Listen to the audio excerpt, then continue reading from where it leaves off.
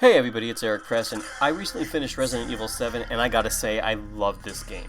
I felt that it was truly a stressful game and deserves the title of survival horror. I loved the reveal at the end and how the game connected everything together. I especially loved that the game subtly told you the reveal from the very beginning and continued to give you hints throughout the playthrough, only to throw it in your face if you hadn't figured it out yet by the final act. And although the game came full circle, there were a handful of questions that I felt were left unanswered.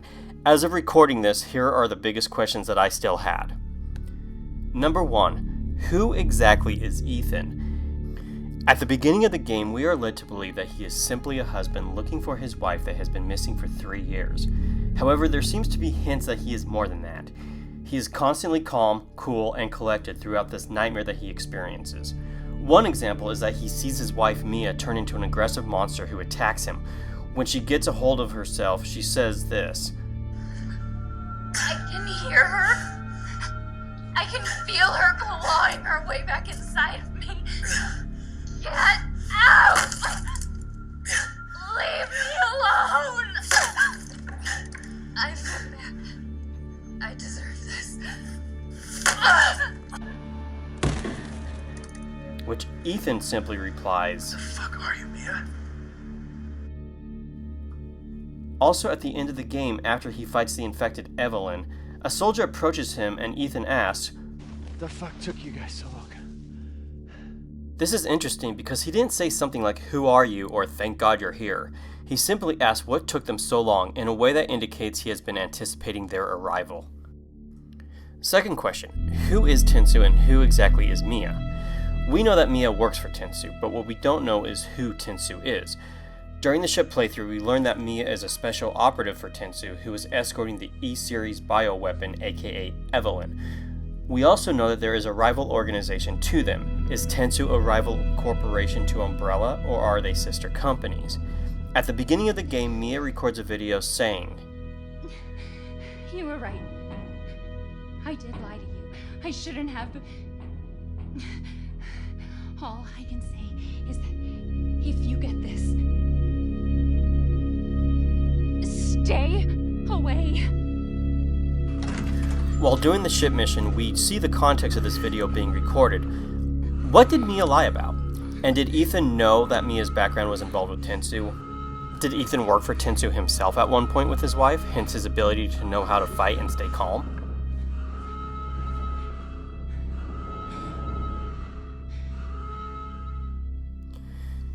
Question 3. Is Ethan infected? We see Ethan get his hand chopped off with a chainsaw, only to have it stapled back on with full function. The player also has the option to get his leg chopped off by Jack, then have it reattached with no problem by using the first aid medicine. If he is infected, why is Ethan able to resist Evelyn for so long? If he isn't infected, what the hell is in that first aid medicine? Fourth question. If you choose to cure Mia after the final Jack fight, how does she get infected by Evelyn again? We could assume this is because we used a D-Series serum, whereas Evelyn is an E-Series bioweapon. However, if that is the case, then why did the D-Series serum work as expected on Jack after the final fight? Fifth question. We are told in the game that someone who is infected for too long will become calcified if injected with the serum. However, Mia does not calcify if you choose to save her, even though she has clearly been infected for longer than the Baker family. Question 6. Where was Margaret Baker in the hallucination sequence? We know that Jack is officially dead, and we will also predict that Zoe is dead as well, based on the fact that if you choose to cure her, Evelyn kills her immediately. So for argument's sake, we will assume that she dies off screen should you decide to cure Mia. We also know that Lucas Baker is not dead at this point, and he also does not show up in the sequence.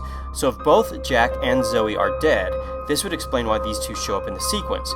However, Marguerite is clearly not in this scene. Is she still alive?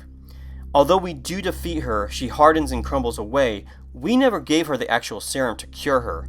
Is she still lurking around the estate? Question number 7. When we are in the salt mines, we discover that Lucas Baker has been previously cured, which means that he tortured Clancy and Ethan with his own desire. We know that Lucas has always been disturbed per the derelict house footage. I've had rumors about their son, Lucas. Bad seed, apparently. as well as the note we find in his bedroom regarding his childhood friend Oliver. Since Lucas has been cured from Evelyn, does he still have the ability to regenerate and or not feel pain, or is he simply putting on an act to keep up appearances that he is infected? They do have that magical healing aid that would help reattach his limbs and his fingernails. Now, he probably maintained his healing ability after he was cured from Evelyn's control. However, what is not really explained is when this happens. Evelyn!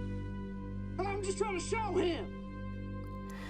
Even though he's no longer infected, does Evelyn still have some kind of connection to him? Either Lucas can still see and hear Evelyn and plays along with her, or he doesn't have any connection to her at all and is just pretending to keep up with appearances.